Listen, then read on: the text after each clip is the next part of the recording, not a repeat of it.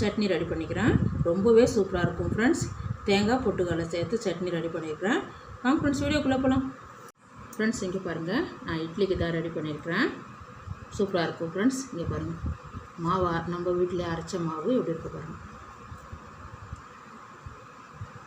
சூப்பராக இருக்கும் ஃப்ரெண்ட்ஸ். இந்த இட்லிக்கு சட்னிக்கு சூப்பராக இருக்கும் ஃப்ரெண்ட்ஸ். சீக்கிரமாகவும் நம்ம 5 நிமிஷத்தில் சட்னி ரெடி பண்ணிடலாம். ஹலோ ஃப்ரெண்ட்ஸ், SRH ஃபுட் சேனலின் அன்பான வணக்கம். ஃப்ரெண்ட்ஸ் இங்கே பாருங்கள், சட்னி தான் நம்ம ரெடி பண்ண போகிறோம். அரை மூடி தேங்காய் சின்ன பீஸாக கட் பண்ணியிருக்கேன். காரத்துக்கு தகுந்த மாதிரி ஒரு 5-6 வரமிளகாய், பூண்டு பெரிய பல்லா 3, இஞ்சி துண்டு.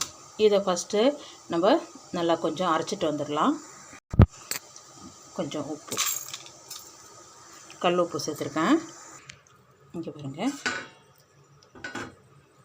அரைச்சிட்டேன். இது கூட ஒரு 50 கிராமு பொட்டுக்கடலை தண்ணி விட்டு நல்லா சட்னி பதத்துக்கு அரைச்சிடலாம். ரொம்ப நைஸாகவும் இல்லாமல் நடு ஸ்டேஜில் இருக்கிற மாதிரி. இங்கே பாருங்கள், சட்னி அரைச்சிட்டேன். இந்த அளவுக்கு இருக்கணும். நம்ம தாளிச்சிடலாம் ஃப்ரெண்ட்ஸ். இங்கே பாருங்கள், 3 டீஸ்பூன் எண்ணெய் விட்டுருக்கேன். ஒரு வரமிளகாய், அரை டீஸ்பூன் கடுகு, உளுத்தம்பருப்பு, ஜீரகம் 1/4 ஸ்பூன்,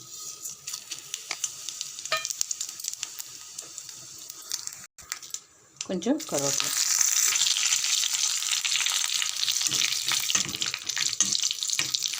சூப்பராக ரெடி ஆகிடுச்சேன். ஸ்டவ் ஆஃப் பண்ணிவிடுங்க. உடனே சூட்டோடு ஊற்றக்கூடாது சட்னியை, அதனால் பச்சை தண்ணியை ஃபஸ்ட்டு விட்டுடுங்க.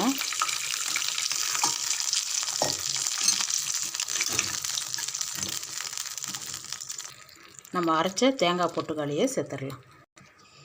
இங்கே பாருங்கள், நம்ம அரைச்ச தேங்காய் பொட்டுக்கடலை விடுது, அப்படியே சேர்த்துருங்க. இதில் கொஞ்சம் தண்ணி விட்டு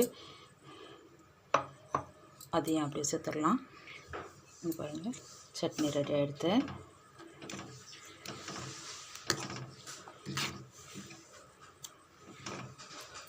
திக்காக இருக்குது. நீங்கள் இன்னும் கொஞ்சம் தண்ணி வேணுனாலும் தண்ணி சேர்த்துக்கலாம். ஜாரில் இருக்க தண்ணி.